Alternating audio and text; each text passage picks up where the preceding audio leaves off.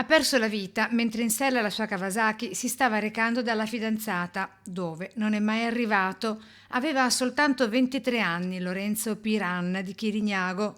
Violentissimo lo scontro ieri sera dopo le 22:30 lungo via Milanese, all'altezza di Chirignago, nell'intersezione con la rotonda di Catene, con la BMW condotta da un quarantenne di origini moldave e residente a Mestre.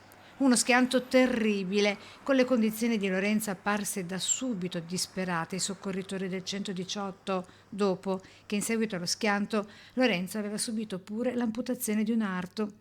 I medici dell'ospedale dell'Angelo hanno tentato il tutto e per tutto, ma purtroppo per Lorenzo non c'è stato nulla da fare. Troppo gravi le ferite riportate, tra cui quella al braccio e il forte trauma cranico. Studente di Ca' Foscari, è descritto da amici e parenti come un ragazzo solare, positivo, atletico, aveva praticato per anni nuoto agonistico.